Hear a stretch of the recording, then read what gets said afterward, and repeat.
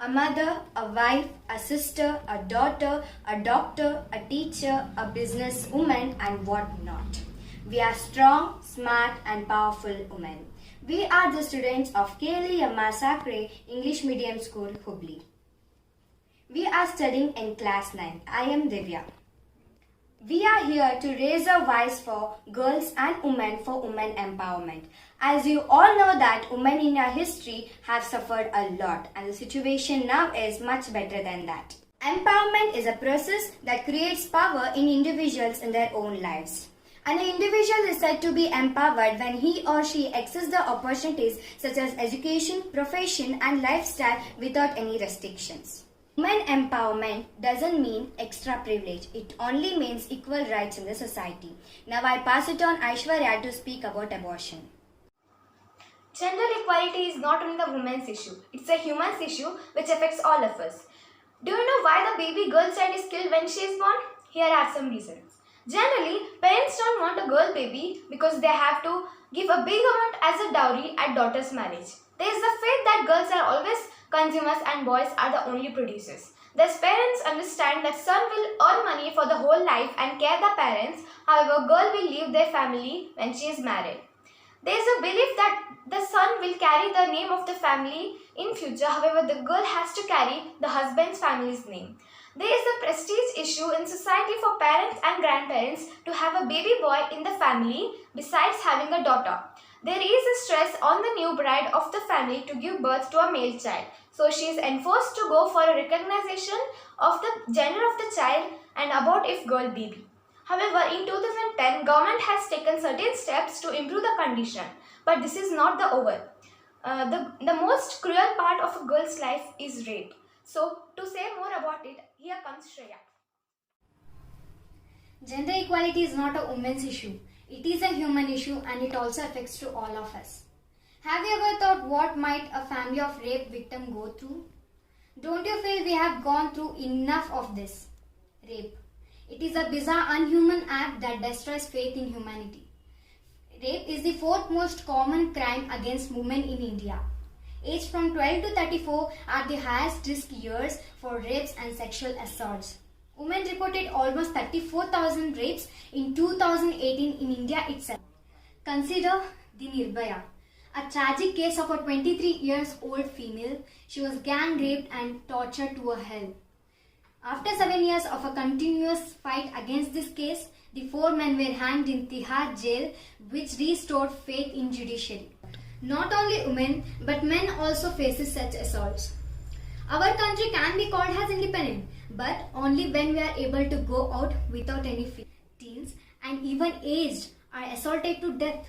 So guys, let's raise our voice to fight against assault and physical harassment to build a better society. Shatter the silence and stop the violence. The only justice for rape is to hang them to death. And here's Sana to talk more about restrictions that girls face. Restrictions which are made by the society are very cruel and worst. The few restrictions here I am going to tell are: first one, women should not wear a heels or a heeled shoes because the society thinks that if she wears a heels or a heeled shoes in front of a man, then she would look taller than the man and the man could look shorter. Then this shows the status that man is cheap enough and the girl is good. And the next restriction is women must not speak loudly in the public as no stranger should hear her. Because the society thinks that if she speaks loud in the public, then her voice will be loud and it can harm the family and take up the family at the status of down. Some other restrictions you normally know that you should not go out of the home at night. You should not wear short dresses in the public. I suggest you that there should not be any these type of restrictions in the society or in a family. Now the example of the town. As you know, there is more fairs set up in the town. the parents are not sending the girls alone in the fair. Why? Because they think that there are more cruel persons or the rascal boys who do wrong things. And we come near a girl. She says that I am afraid to go to the fair because of the worst boys. I suggest you girls or a woman, if anybody in your family or in public restrict you to do something, then please ask the reason for that.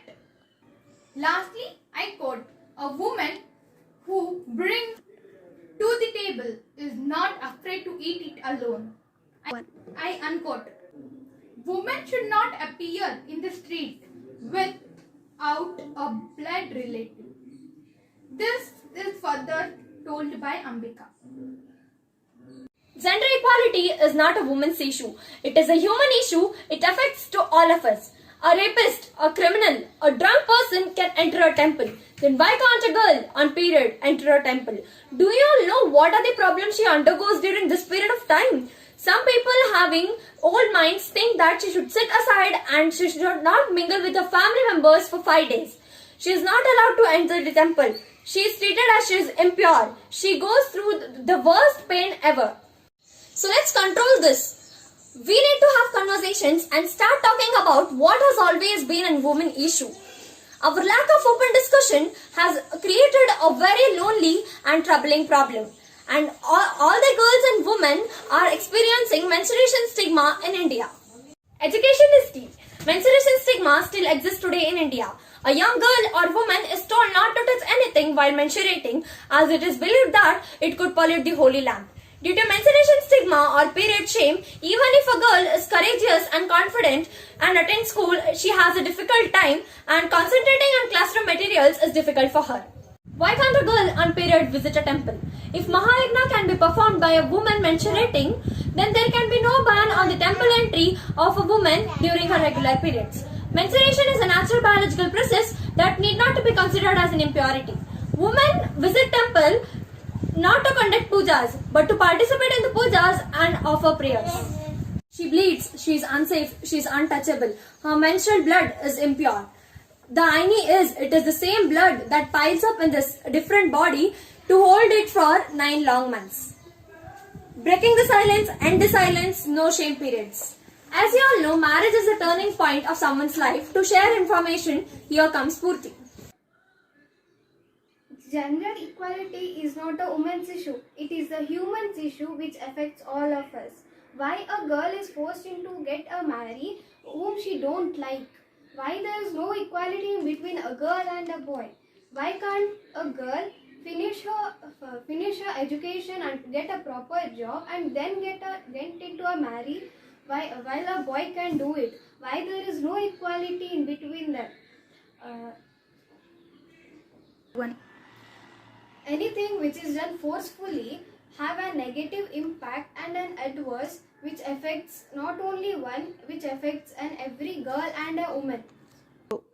Though I agree that parents care about us and they don't want to hurt us, but from other side, even the girls also have the feelings which differ from others just for the sake of saying that the person whom she getting married.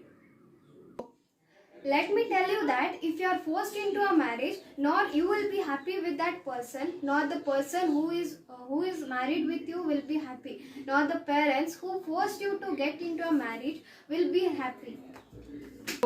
So it's better to understand the perception of the person whom Hector she wants to get into a marry and what kind of a guy she wants to marry. Forced marriages is frequently portrayed as an issue which affects not only one or two girls, it affects all the girls and the women all over the world. However, this is not correct way. Forced marriages can happen for anyone from any background, regardless of social class, financial status, and sexuality. And therefore, this forced marriage is recognized as a violence against a woman and a girl. When forced marriages occurs, a number of human rights have been reached. Lastly, I quote, educate your educate your girl child like you do for your son. They are not the brides. They will help the society to grow up more and bring down the rate of the child. So today we are very thankful for the government and the people who will improve the condition of women and girls in this situation today. So to thank the government and some people who will improve the condition of girls and women today, here comes Ritika. So here I am going to thank the Government of India for taking such decisions in the field of women. Ministry of Women and Development is a part of a government which looks at every issue of women. There are some acts such as Prohibition of Dowry in 1916, Protection of Women from Domestic Violence in 2005, Prohibition, Prevention and Readdressal Act in 2013. National Policy of Women has made many policies in 2001. The main motto of this policy is general equality, which should be established. The government has many goals and objectives which focuses on every sector such as decision making, support supplies and globalization and even economic empowerment of women. So we need to support our government so that we can improve our condition in India. Thank you. So, girls and women, let's wake up and raise our voices. I want every girl to know that her voice can change the world.